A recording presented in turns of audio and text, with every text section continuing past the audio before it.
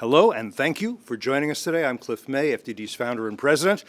We're pleased to have you joining us today for an event to mark the release of my colleague Jonathan Shander's excellent new book, Gaza Conflict 2021, Hamas, Israel, and 11 Days of War.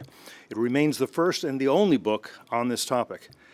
Many describe the May conflict as an expression of the Arab-Israeli conflict, but that's not exactly right. More accurately, Gaza has become ground zero in a proxy war between Israel and the Islamic Republic of Iran.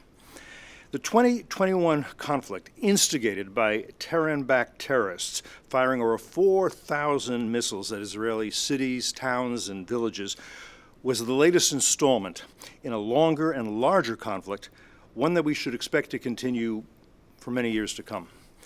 As talks in Vienna continue over Iran's nuclear weapons program, it's timely and essential to look back and re-examine Tehran's role in fueling terrorism in Gaza and other theaters with the benefit of a little hindsight and with the fog of war somewhat cleared.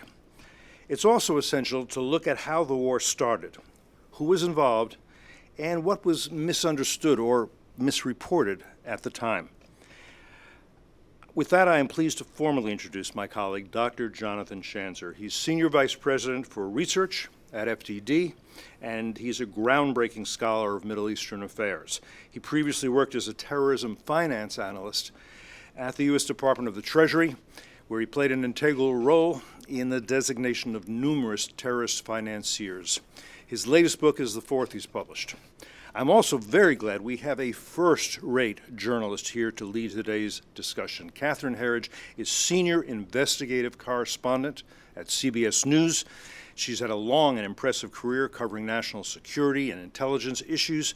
She's reported from nearly a dozen countries, including Israel, Qatar, Afghanistan, and Iraq.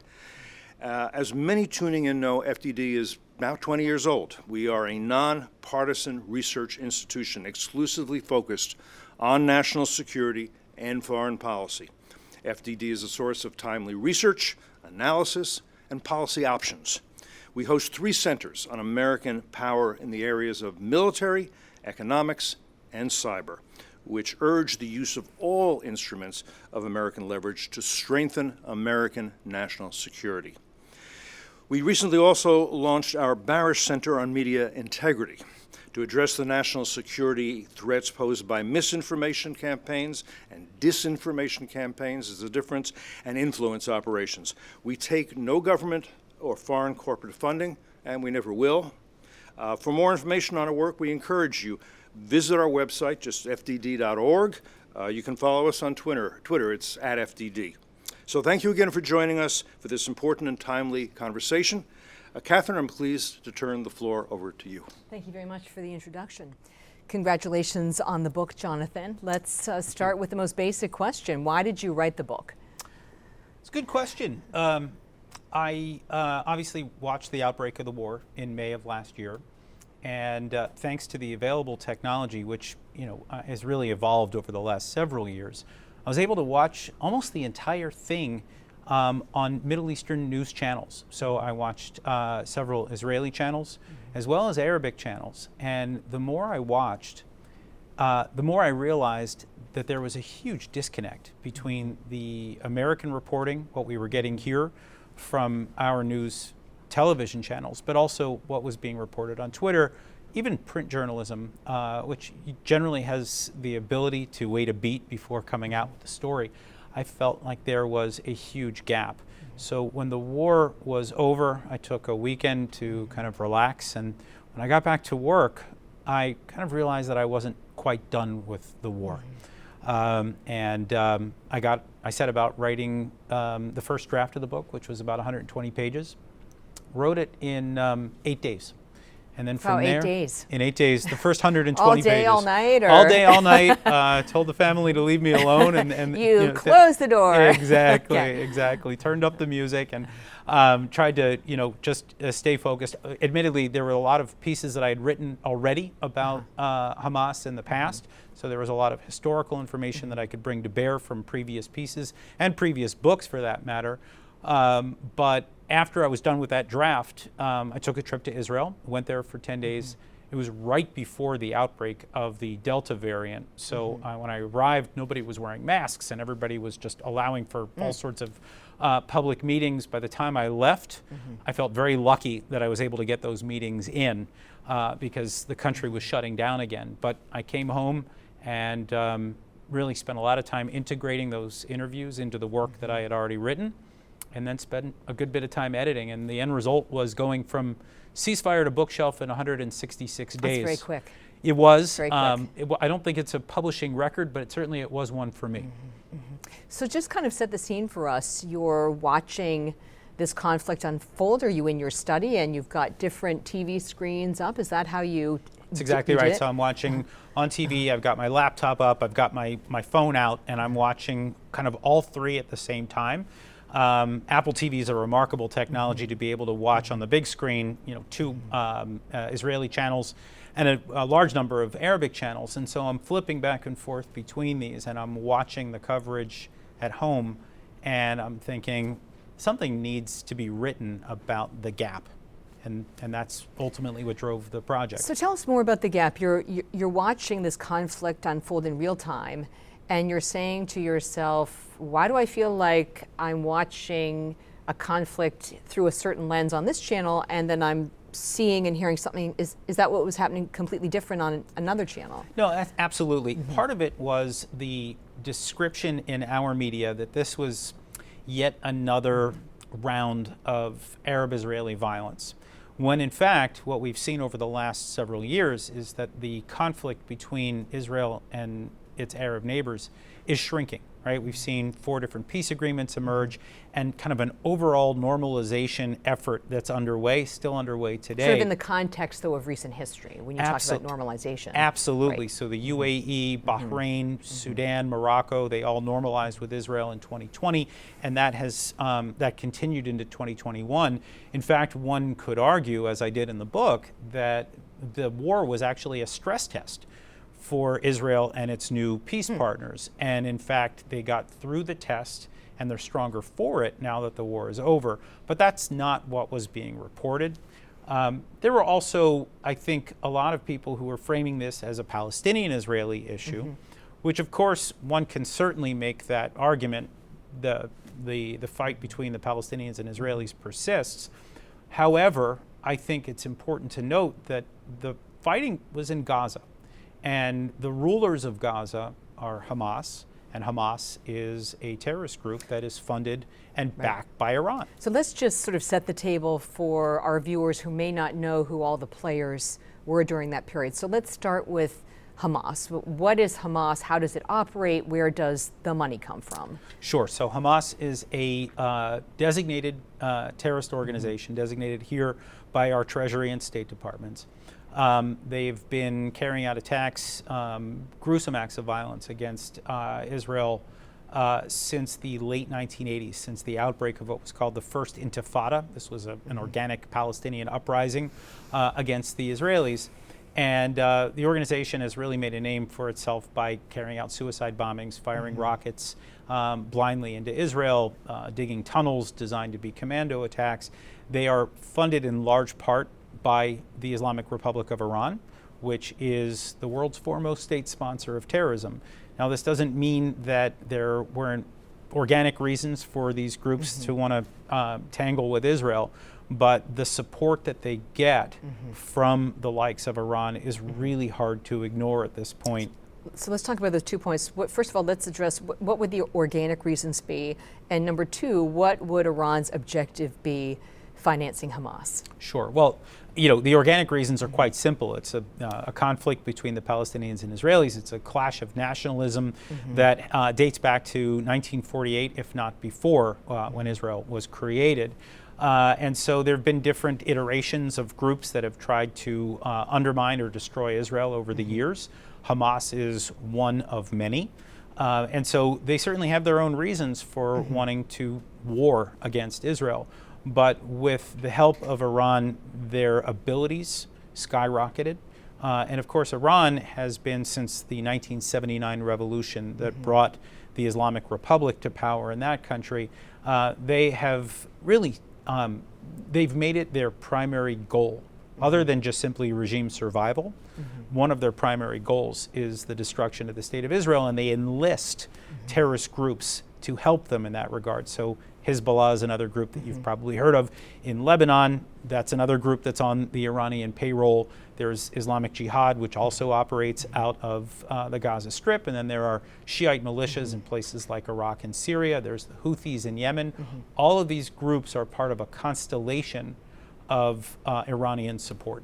Okay, it's about this Iranian influence, what they call sort of that crescent, right? Correct. So the Crescent stretches primarily from western Iran through Iraq into Syria, into Lebanon, and we could probably also include the Gaza Strip into that sphere of influence. Okay, so in the late spring of 2021, what sort of tangible resources was Iran providing to Hamas based on your reporting? So it's actually a great question that has a somewhat more complex answer than I think Always, most people. right? A little more nuanced. Yeah. Right. So there were those that said there were no Iranian fingerprints on this war because there was nothing that you could see where Iran had just only recently provided X amount of dollars or X amount of weapons. We did see some variants of rockets that we could trace directly back to Tehran, primarily fired by the Islamic Jihad organization, not by Hamas. But when we look at the sheer number of rockets that Hamas had in its possession, which is about 15,000. 15,000? Yes. When we looked at the number of drones that they had, and I don't know if there's an official count, but we saw dozens of them deployed during the war, underwater drones as well. In addition, we saw tunnels that had been built under the Gaza Strip, commando tunnels, with the intent of having commandos pop up and kill Israeli soldiers or to drag them into the tunnels in order to kidnap them. All of this was done with Iranian assistance over the course of decades. And so there is that sort of old adage, you give a man a fish and he'll come back the next day and ask for another. But if you teach a man to fish, he'll feed himself for the rest of his life. The Iranians have, in essence, taught Hamas how to fish, and they've been doing it since the late 1980s. And so there didn't need to be direct fingerprints on this war for us to see the vast influence of the Iranians. So you're saying it's a historical support is what it came down to? Absolutely. Dating Okay. back to the late 1980s, training, funding, arming, every kind of assistance. But not a that you- specific shipment of weapons or Correct. artillery. It would be, I think everybody would be hard pressed to say, Okay. well, this one thing happened.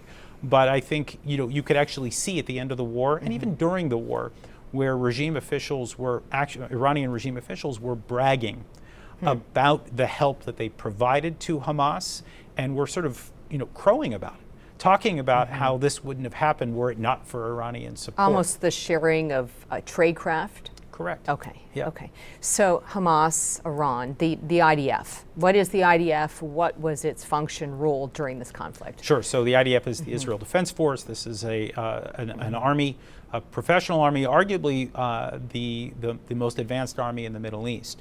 And how big is it? It's several 100,000. It's not massive, and it's. But it's massive considering the population of Yes, Israel, you're looking at right? a population of 9 million people.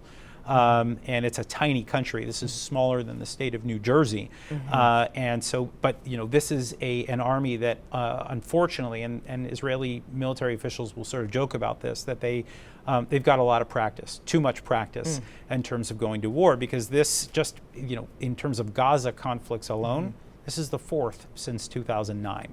So every couple of years they go back Right. to it again. We're going to talk about the pattern in Absolutely, just a bit. but Hamas knows that they're sparking a war with an advanced military that has been collecting intelligence and preparing for these conflicts. And I think they handled themselves well. We can talk about where they didn't and where they did. But ultimately, it was a frustrating war, I think, for the IDF, because even though they probably achieved all their military objectives, Hamas still rules the Gaza Strip today. And we now see ourselves set up for another round. The fifth Gaza war certainly looms large right now. So just briefly, what would you say they did well and where did they fail or not perform adequately? So they did well in terms of targeting their the Hamas elements that they knew they were going to hit well in advance. They've been collecting intelligence. They did so with precision munitions. They're very surgical in the way that they strike. the total number of casualties was somewhere in the vicinity of 250 over 11 days of war with a massive amount of ordnance. So you could get a sense of the care in which they conducted this war. But they perennially do a horrific job of explaining what they're doing in real time. Most of the time, the IDF likes to bare its teeth at other potential enemies that may be considering joining the war. In other words, they're very fearful of a 2 or 3 front war, and that is certainly possible in an area where they're surrounded by enemies. So they, I think, did a rather horrific job, as usual, of explaining what they were doing, why they were doing it. And Hamas takes advantage of this, and so does Iran, as they allege war crimes and other horrific things that I saw no evidence that the Israelis were responsible for. So in this particular case, there's the importance of a settlement, or sort of like a housing development or project. What's it called, and what's the backstory there? So this is, it's an interesting story, the way that this all erupted. There were a lot of stories in the press, and even to this day, we still hear about this one neighborhood. It's called Sheikh Jarrah. It is in East Jerusalem. If you've been to Israel, you've been to the old city. It's right outside of the Damascus Gate. It's right near the American Colony Hotel, and actually near the Palestinian consulate. And how big is it? It's a very small neighborhood. I mean, it's tiny, as the entire country is. Like several blocks? It's a few blocks, a few square blocks. We're not little talking patch about of real estate. Exactly. Okay. And there were homes that were potentially set to be evacuated pursuant to an Israeli legal ruling. Now, the story actually goes back almost 100 years, where Jews bought this territory before the creation of the State of Israel. Then, during the 1948 War of Independence, it was taken over by the Jordanians. The Israelis won it back in 1967, and then a legal process began where the families tried to regain control of this real estate. It's dragged on for decades now. And it was really remarkable to me to watch the coverage of this particular neighborhood, because we saw often in our press that people were saying that it was the cause of the war. And as I note in the book, real estate disputes, especially ones that are being adjudicated in a legitimate legal process, they don't cause wars. Guns cause wars, rockets cause wars, explosions cause wars. This was one political issue, maybe even a commercial issue, that was being hammered out in a legitimate process. And so the idea, and we still hear it today, that Sheikh Jarrah caused the war, was very curious to me, and I think really represented a certain lazy level of analysis that persists in I don't think it's only the Arab-Israeli conflict, but certainly we see it a lot. So when you say lazy analysis, your view, I'm not trying to put words in your mouth, but your view is that this was used as sort of the wedge issue here, or as a sort of the spark on the fire. Is that right? There was something bigger going on here. There was absolutely something bigger going on. I mean, you could look at any number of things that were happening at the time. It was Ramadan, it was Jerusalem Day. These are all kind of emotional moments in the Middle East. But the biggest thing for me, actually, was that the month before, the Palestinians were slated to have elections. Now, the Palestinians, without getting into all the detail, they've been in a state of civil war since 2007. There's a really bitter split between Hamas and the Palestinian Authority, or the PLO. In fact, there is actually a territorial divide between the Palestinians. People don't really ever think about this, but Hamas controls the Gaza Strip, which it won in a war in 2007, and the PLO has clung to power in the West Bank. And there was going to be an attempt to bring the two parties together again through elections. It was a dangerous gambit by the Biden administration and by the Palestinians themselves, because if Hamas were to win, there were all sorts of complications that would arise. It would prompt a cutoff in political relations with the United States. It would prompt a cutoff in funding. By the way, these are all rules that have been put in place by a guy you may have heard of, named Senator Joe Biden. And so there was this moment where the Israelis, pragmatic Arab states, and the United States finally prevailed upon the Palestinian Authority to cancel those elections. Hamas was furious. And in my view, it was looking for an opportunity to reassert itself politically among the Palestinian, sort of within the political system. So there's a political undercurrent. Absolutely. here as well. And that, I think, was really the driver for Hamas in terms of deciding to launch the fifth round of war with Israel. To reassert itself? Is that what Absolutely, you're to saying? regain the hearts and minds of the Palestinians. In fact, even to this day, we see efforts undertaken by the Israelis and by the Biden administration to try to strengthen the Palestinian Authority Is again. it just a Biden administration question, or did we see something similar under previous administrations? Oh, this has been, since 2007, there's been this tug of war between the PLO and Hamas. And we've been looking for ways to strengthen the PA at the expense of Hamas. And every couple of years, Hamas wages war again and draws attention to itself, and it purports to be the sort of liberator of Palestine, if you will, and that resonates. So this is really an issue that multiple administrations have had to deal with, Republicans and Democrats. Absolutely. Okay. So in May of 2021, it officially becomes a conflict. I guess I can't think of better words for it. Sort of what was that moment where it crossed that threshold? Sure. So it's actually interesting. The Israelis won't call it a war. They call it an operation. They try to make a difference. So what's the difference? Well, they try to basically try to tell their population, if it's a war, you'll really know it. This is a small, localized conflict with one, in one small area. I mean, the Gaza Strip, most people don't realize this. It's about the size of Washington, D.C., a population of about 2 million people. A tiny, localized conflict. It still is painful for the Israelis. They're getting 4,000 rockets fired upon their cities and towns. And was that the red line? Was that the red line that was crossed where it became an operation in the Israelis' terms? So the way that I would describe it is the Israelis almost, weekly, monthly, they're absorbing the occasional one-off rocket. Happens all the time. The red line is usually multiple rockets fired, and usually it is they're fired in salvos at either Jerusalem or the most populated area of Israel, which is that sort of slim waistline around the Tel Aviv area between the West Bank and the Mediterranean. But once a certain number have been fired or the target is deemed too sensitive, that's usually when the Israelis start to fire back. And what would be a sensitive target? Again, populated areas, Okay. the capital. These are things, it's a source of frustration for a lot of Israelis. You see rockets fired in the environs just outside of the Gaza Strip.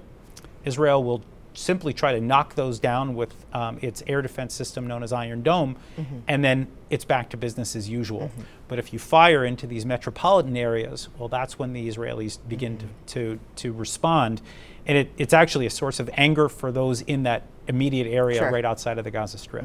So how many rockets are we talking about? I mean, what was the moment where it crossed that line? And so the first couple of salvos were in I think more than 100, which was actually the largest salvo, I think, to date, fired by Hamas. And the first salvos were fired into the environs of Jerusalem. Again, this was an attempt, I think, by Hamas to say, look, we see what's going on in Sheikh Jarrah. We see what's going on with Ramadan and the restrictions that the Israelis have placed on Palestinians wanting to pray at the Al-Aqsa Mosque. We're now firing on Jerusalem to demonstrate our solidarity with the cause. But once you start to do that, that is going to trigger an Israeli response. So the Israelis knock down the rockets and then start firing back at Hamas, and the escalation of this fourth round of conflict begins. So what does the escalation look like? It's actually fairly formulaic. Hamas fires these rockets. They are all unguided, so they don't know exactly where they're going to land, which, by the way, I would just note is technically a war crime. The Israelis do what they always do, which is they knock down the vast majority of those rockets with Iron Dome. This is a system that's been around since, I think it was 2007 when it was first introduced. And Iron Dome is really, I mean, it's almost magical in the way that it protects the citizens of Israel, and by the way, in turn also protects the Palestinians, because it really, what it does is, by knocking down these rockets, it ensures that the conflict doesn't sort of spiral out of control. It keeps it contained. It allows the Israelis to kind of breathe and take a beat before deciding how they're going to respond to each salvo. And how does it work, just sort of technologically? So they track a rocket that's coming out of the Gaza Strip. They look at the speed, they look at the height, they look at the trajectory, and then they either decide they're going to target it because it's going to land somewhere that is sensitive or concerning, or if it's going to land in empty desert, they just let it go. It's remarkable that it works in both ways. There's something like a 90 to 95% success ratio. But even as that's happening, the Israelis are now targeting what is known as their target bank. These are targets that they've collected over the last several years. In this case, since 2014, since the last major round of conflict with Hamas. So there are hundreds, if not thousands, of targets associated with Hamas that they begin to dismantle surgically with really precise munitions. But then we start to see this back and forth with rockets exploding in the sky as a result of the Iron Dome system, things exploding inside of the Gaza Strip, an occasional rocket getting through inside Israel. It looked very chaotic. But let me just ask you, so when you're talking about surgical strikes, you're talking about taking out operatives, right? Yes, or sometimes, or bomb-making factories. Correct. Or things like this. Okay. Correct. Well, what about the argument that they're kind of playing judge, jury, and executioner in this particular case without some due process? Well, they are. I mean, in the sense that any country that is waging war will be doing the same. I don't think anyone asked the United States for permission as we targeted Al-Qaeda or ISIS in Iraq or Syria. We have a system. The question is that system legitimate? And in the case of the United States and the Israelis and a number of other professional militaries, they identify those targets and then they adjudicate them internally. So Israel's Ministry of Justice will adjudicate these targets, as will IDF lawyers and others involved in that system, the Shin Bet, the internal security services as well. So they look at the intelligence, they look at the veracity of it, they try to determine how trustworthy it is, and then they look for the right moments to minimize casualties and to minimize collateral damage. So the Israelis are, again, unfortunately, very practiced at this. And I think the record shows that they minimize casualties significantly. Of course, this is a densely populated area, and there will be mistakes. There will be collateral damage. It will always happen that way. Do they do a good job addressing the mistakes? I think so. I think they will often hold tribunals after the case, after the fact, to determine whether there were serious mistakes made, serious errors in judgment, sometimes holding soldiers accountable. However, I would say that when one looks at the fog of war, when one looks at the fast pace of how all of this happens, one does get a sense that the Israelis are not interested in trying to placate its critics after the fact. What they will do is they will kind of dig in and say, we had every right to defend ourselves because this is an Iran-backed terrorist group attacking us, and look at what we did in real time. Look at how we minimize casualties. We don't need to answer to you. Before we talk about how this escalated over that nearly 2-week period, let's talk about the pattern, because you've alluded to that several times. So what is the pattern, and based on your reporting, what do you see as the role of Iran sort of driving that pattern? Sure. So start now. We just ended a conflict last year. Right now, Iran is helping Hamas replenish its rocket supply. That is happening as we speak, whether that's through help in engineering, whether it's smuggling of parts of rockets or whole rocket systems. That is happening right now. There are Hamas commandos that are training in Tehran. There's money that is flowing. There's any amount of assistance that we could expect here. The rebuilding of tunnels, for example. Israel is watching this activity because, remember, this is a territory that is small. It is identifiable for Israel. There are borders to it, and they've got incredible intelligence, whether it's human assets. They've got satellites that pass over the area. They're watching, and they're collecting targets. They're adjudicating those targets, as we discussed. Then there will be moments where rockets will fire. Israel will determine whether or not it's going to respond. When there are enough, when the intended targets are serious enough. This line is crossed, right? The red so line. What's in it for Iran to instigate, in your view, these conflicts sort of every few years? It sounds like we're looking at something like this every few years. Yeah, well, first of all, it keeps the fire kind of burning, which is in Iran's interest. They want to try to kind of whip up anger against Israel across the region. Again, I think we see it subsiding in the Arab world, but it's still there, thanks to Iran's efforts. There is a strong sense among Israelis that I've talked to that Iran would like to see how Israel responds to certain kinds of rockets, variants, certain salvos, large numbers, small numbers. They want to see if they can overwhelm the Iron Dome system. They want to test the system for weaknesses. Well, it's an intelligence gathering opportunity as well. Correct, but it's done at the expense of 2 million people living in the Gaza Strip who may not want this war to begin with. But nonetheless, Hamas is very willing to do it. They know they're going to lose, by the way. The likelihood of a ragtag terrorist organization that gets assistance from Iran overpowering a regional military that is operating with precision-guided munitions and F-16s and Apache helicopters, really Well, almost it's impossible. a David and Goliath situation. Exactly, right? and so there is no chance, really. I mean, there's less than 1% chance that they're going to emerge victorious from these things, but there's a messaging component to this, there's a PR component for Hamas, and then there's this intelligence gathering operation. All of these things appear to be worthwhile for Hamas. I've got to say, I doubt that the people of Gaza agree. Okay, so let's talk about this escalation in May of 2021. What are the events that really stand out to you in this escalation? So I'd say there are probably 2 or 3 that we could point to. The first was this, what I would call an information operation that the Israelis likely carried out. They won't admit to having done so, but they tweeted that they were about, or that they had troops on the ground inside the Gaza Strip. This seemed very unlikely to me as I was watching this play out on TV. And in fact, as I watched, it was really interesting.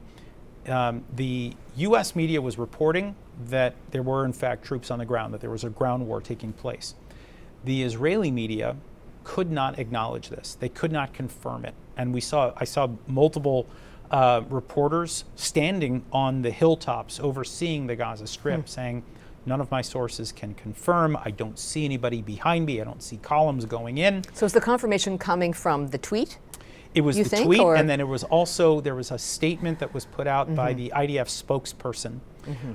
But as it turns out, the intended audience was likely Hamas. So it was an influence, it may have been an influence operation. Correct. Okay. Yeah. All right. I think disinformation, misinformation, whatever you want to call it, but they started to insert their commando fighters inside the tunnels. And that's when Israel started to destroy the tunnel system known as the Metro.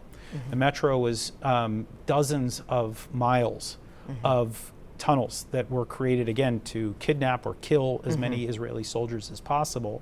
And the Israelis took that opportunity to destroy a large portion. You say large, how big? We're talking about miles of tunnels that okay. they destroyed.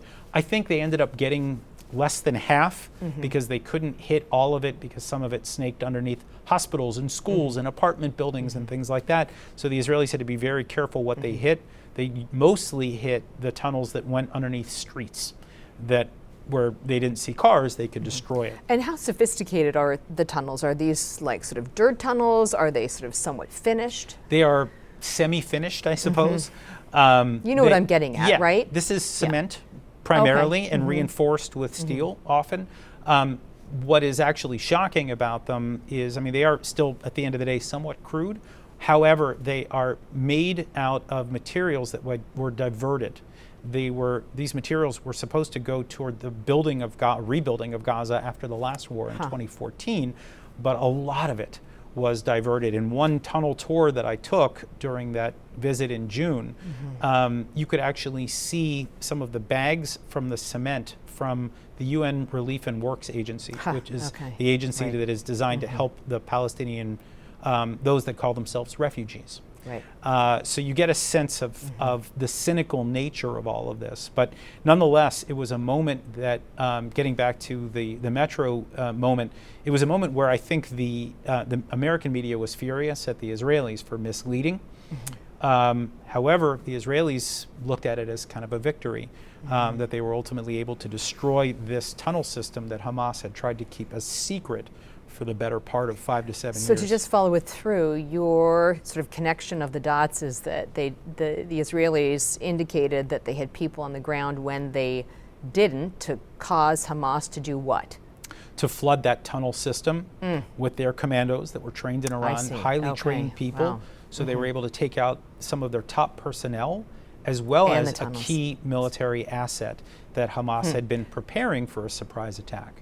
So it was a trap. Correct. Okay. So if that's one of the seminal moments, what's another one?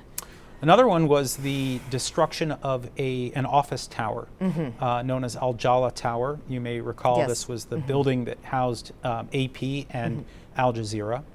The Israelis decided somewhat hastily, at least in the media, that they were going to be destroying this building. And what they did was they called the owners, warned them that it was going to happen.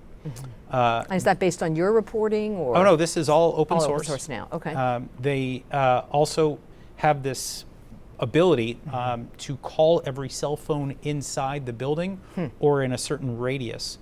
So they did that too, warning everybody to get out. Then they dropped what is known as a knock-knock bomb on the roof. This is a small explosive, enough to shake the building, enough to warn people what is about to come. I see. And then a few minutes later, they destroy this building. It really was remarkable as I watched it on TV, and it was played on repeat here in the United States and all around the world. It almost looked like a controlled explosion. It sort of, it buckled inward as the building was destroyed. But what was so fascinating was that Israel was immediately charged with trying to obstruct media reporting of the conflict. Well, look, when you take out a building that houses media organizations, you have to expect significant, that's going to be under the microscope. Absolutely. Right? And there'll be criticisms. 100%. So, okay. And they took it. But what was the objective? It would have to be an extremely important objective. Correct. To, so as it turns out, the Israelis reported, and we can now say that it's been, this has been reviewed and accepted by the White House, that there was some sort of signals intelligence operation that was being conducted out of that building.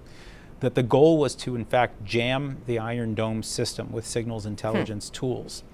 The Israelis decided that this was crucial if they were to be able to continue to protect their citizens, that this needed to be destroyed. The allegations flew as expected, I think, as you suggest. well, and quite right. I mean, when yeah. you see the bombing of a media organization building, Right. You of course, have, there were many other things in the building, Sure, and that's of what the course. Israelis were alleging. But then they brought the intelligence to the White House. And as we understand it, this was accepted as a legitimate intelligence operation that they agreed with in terms of Israel's assessment to attack. Now, that didn't, of course, placate the media watchdogs here in the United States and around the world. Well, how did you see a sort of dissonance between the coverage of this event here in the United States and the coverage of the event in the region? I would say that there were a lot of questions in the region, not a lot of rush to judgment. It was more out of curiosity of what was in this building, why did Israel destroy it? The immediate sort of approach by many, not all organizations here in the United States, certainly analysts on Twitter, were immediately alleging that this was an obstruction of media coverage. Eventually the story began to kind of leak out, and then the Israelis actually began to tweet about it as well. But I think they wanted to share the information first and kind of get it out to their most important partner here in the United States. Was anyone hurt in that? To my knowledge, no. Okay. There were no casualties. They actually did a good job of clearing everybody out, again with that process that I described. But it was by far the most contentious moment of. Well, I think for reasons that are obvious. Correct. Right? Correct. And I would assume as a journalist that you would, Sure. You yourself would, I'm sure, have questions about something like this. But what I would say, what was really interesting is it kind of an aftermath of all of this, as people began to kind of unpack what happened. There were two things that I think are worth, maybe noting further. One was that AP has actually been accused by some of its own employees in the past of turning a blind eye to Hamas activities and Hamas directives. In other words, there's a guy by the name of Mati Friedman who's used to work for AP in the region, and basically said that AP would abide by the rules set by Hamas, that they were there. Well, that's a big accusation. It is a big make, accusation, and there was another reporter that came out and kind of echoed Mati Friedman's comments as well. This was an Atlantic piece from back in 2006, but it certainly raised questions about What did AP know? Did it know anything? And I don't know if they did or didn't, but it was. And we certainly don't know what their point of view would be. Correct. On this. But Absolutely it goes to this idea, I think, is what you're getting to, because I want to leave that to one side because I don't know what their position is and want to be fair to them. But it goes to I think, one of your larger questions or conclusions about the media coverage at that time. Is that fair? I think that, look, I don't want to say that, that you have media organizations that were complicit in some way. I think that's probably that's a bridge too far. What I would just say is that, the coverage immediately jumped to Israel's, responsible for war crimes, and also it's deliberately obstructing, media operations, and it's trying to, distort the coverage of the war. Isn't part of the challenge in a 24-hour news cycle that people have to move so quickly that they don't have that opportunity to assess the information in a way that maybe they need to or should in a situation, and that the story starts to develop? Because you're describing to me a situation where there was initial allegations, and then as the information started to evolve and develop, that you saw a shift. We saw it shift, but I would say that in many ways the initial damage was done. In other words, all these accusations of war crimes and deliberate obfuscation of coverage, that was, I think, what most people took away. And then it's always the case that corrections that may come later, they get short shrift. The other thing that I'll just note is that Al Jazeera was treated during that time as a run-of-the-mill media outlet. People, I think, forget that this is a news organization that is owned and controlled by the government of Qatar, which is a sponsor, a fiscal sponsor, financial sponsor of Hamas. But also people forget, and you may remember this from covering Iraq and Afghanistan, the Al Jazeera somehow was on the scene of a huge number of terrorist attacks. Well, we're not going to relitigate Al Jazeera in this conversation, but I hear what you're trying to get at. So we're at an inflection point right now with the Iran nuclear talks, correct? Correct. Okay. So what does that mean for the United States, and then what does it mean for the conflict that you put under the microscope in your book? So as you know, there are negotiations going on in Vienna right now. There is I would probably call it a desperate attempt by the Biden administration to re-enter the 2015 nuclear deal. They would like to be able to kind of get back to whatever regulations they had on Iran's nuclear program. It doesn't look like they're going to get what they had before, which was, in my view, probably not perfect, far from it. It actually still gave Iran kind of a paved pathway, if you will, to eventually acquiring nuclear weapons with not a lot of oversight from the international community. We appear now to be on the verge of something even weaker than that, a deal that my colleague Mark Dubowitz calls less for less. We get less out of it at the end of the day, and the Iranians give us less in return. But the concern here really is that there will be, as it relates to the Gaza conflict, is that we will see a flood of sanctions relief flow toward Iran. And we know that Iran will then use that cash to support a number of its proxies, including Hamas. And so the question then becomes, will we be in the fifth Gaza conflict? We just had the fourth in May. Will we be funding both sides of that next round of war? And I think the likelihood is high. In other words, we provide assistance to the Israelis, military assistance, according to a memorandum of understanding. And I think that's sort of congressionally approved, and it's broadly embraced by the foreign policy community. And then there will be this agreement, which will not be congressionally approved and will not reflect the consensus of the foreign policy community here in the United States. And we will likely be seeing a very large amount of money. I don't even know how to estimate it. But it won't only go to Hamas. It'll go to Hezbollah. It'll go to the Houthis. It'll go to Shiite militias in Iraq and Syria. This, we know, is how Iran operates. And so there is real cause for concern about the financial implications of such a deal, let alone the nuclear stuff that I think some of my more technical colleagues are watching day and night. I think it's worth explaining here the significance of the Shiite Crescent, because I think this is what you're getting at with the funding of these different groups. I mean, what is the Shiite Crescent? What is Iran's objective, and how does that work through these different proxies in the Middle East? That is the big question. I'm glad you asked it. So we always describe Iran's goal in the region as hegemony. They would like to be a regional power. A superpower. I mean, a regional superpower, let's call it. I mean, they're never going to go toe-to-toe with the United States. But if they have nuclear weapons, this certainly starts to put them up at that table. It is the ultimate insurance policy for everything else that Iran does in terms of its malign activity and its destabilization. Is that how of the they see region. it, like an insurance policy? Absolutely. I mean, there is a debate about whether the Iranians would use a nuclear weapon against Israel or against Saudi Arabia or any of its other enemies. Whether it would do that, we don't know. But we do know that if it wants to be able to continue to fund groups like Hamas and Hezbollah and to really do damage to a lot of American allies around the region, once it gets that nuke, it's almost untouchable. And I think it understands this. This is the ticket to becoming that regional power that they aspire to be. And it's one of the reasons why it's so dangerous. So on the Shiite Crescent, so they have monies released by the United States. How do they use that money, in your view, to start building this crescent, and what does it do for them strategically in the region? Sure. So the Crescent, you have to look at the countries of the Crescent. Iraq, this is a country where... I wish we had a map here. Yes. Just imagine in your mind, right? So you got Iraq just to, right alongside that western Iranian border. This is a country where the Iranians have undermined America's presence there since our entrance into the war. But over time, they've also infiltrated the country.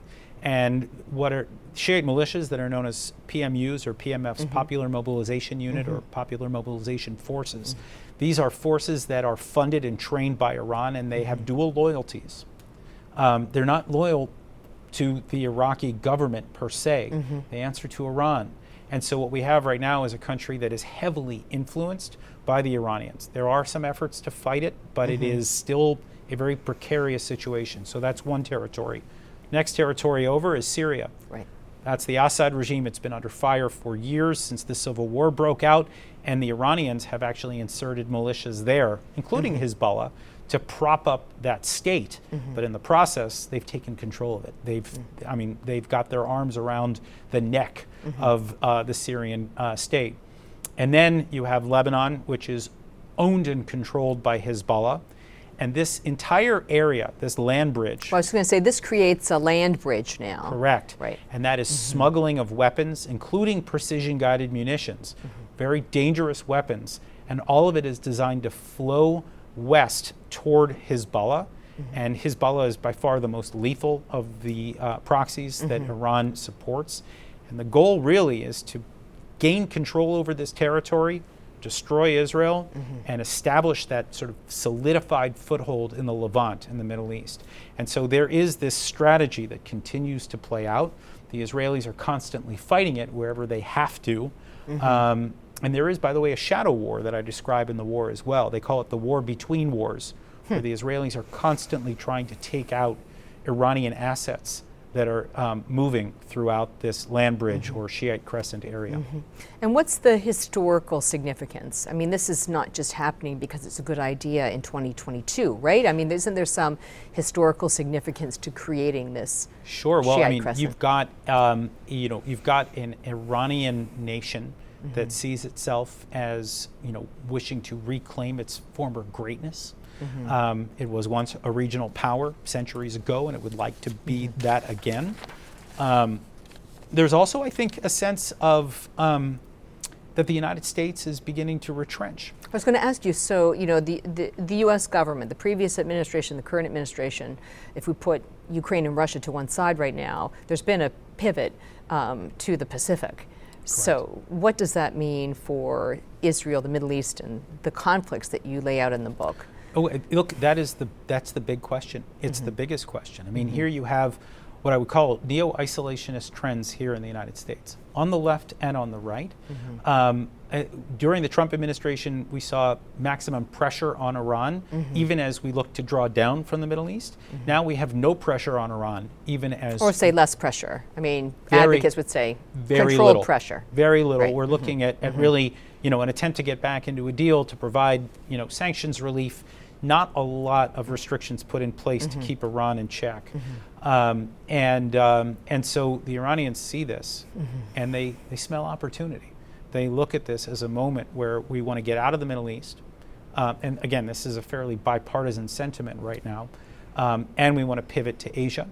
The question is, I think, and I raised this in the last chapter of the book, who are we going to tap to take our place when we leave? Because we are drawing down. Afghanistan was, I think one example, but we're looking at other places as well where the U.S. military is looking to get out. Well, who fills those vacuums? That's right. So then the question becomes, are we going to try to empower our allies like Israel or the United Arab Emirates or, Bahrain or Saudi Arabia?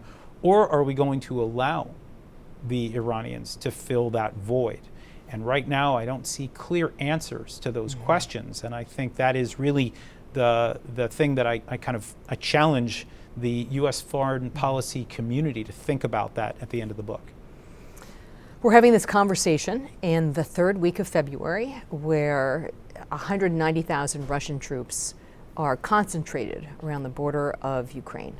I can't sit down with you and not ask your prediction of what you think is ahead for that region and then also for the United States.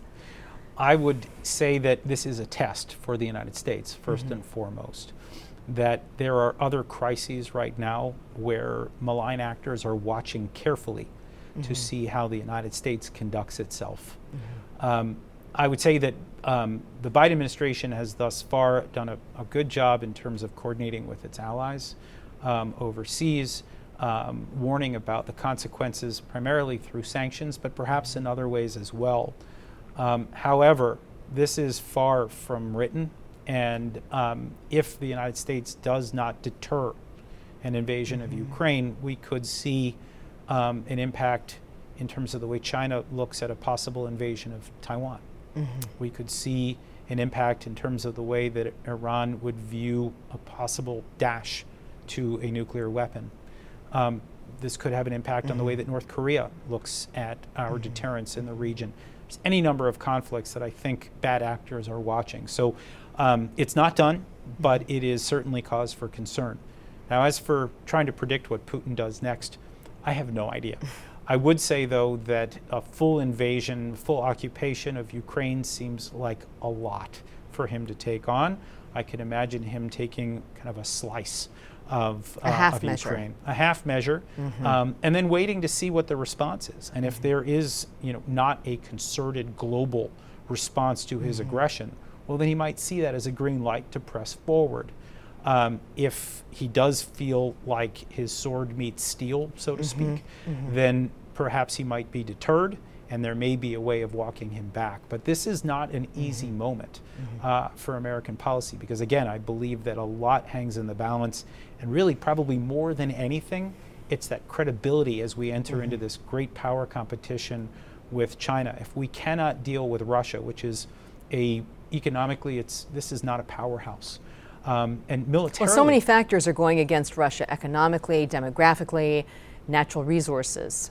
Correct, right? So this is, people always talk about Putin as a guy that's got a weak hand who plays it well. If we can't tackle this, how are we going to tackle all of these huge challenges that await in the realm of East Asia, specifically looking at China, Taiwan, and other theaters as well? So some final thoughts before we leave the conversation on the book. I don't know. You tell me. I mean, I would say, first of all, thank you for doing this. Thank you for asking all the right questions, I think. I would say, expect the Middle East to remain a hot spot even as we pivot to other parts of the world, even as other parts of the world continue to grab headlines. But the Middle East, unfortunately, has a way of not going anywhere. And so it's for that reason that I wrote the book, and I hope that it's helpful for Americans and folks all around the world to understanding a conflict which will come back. Jonathan Shandler, thank you so much for the conversation today. Thank you.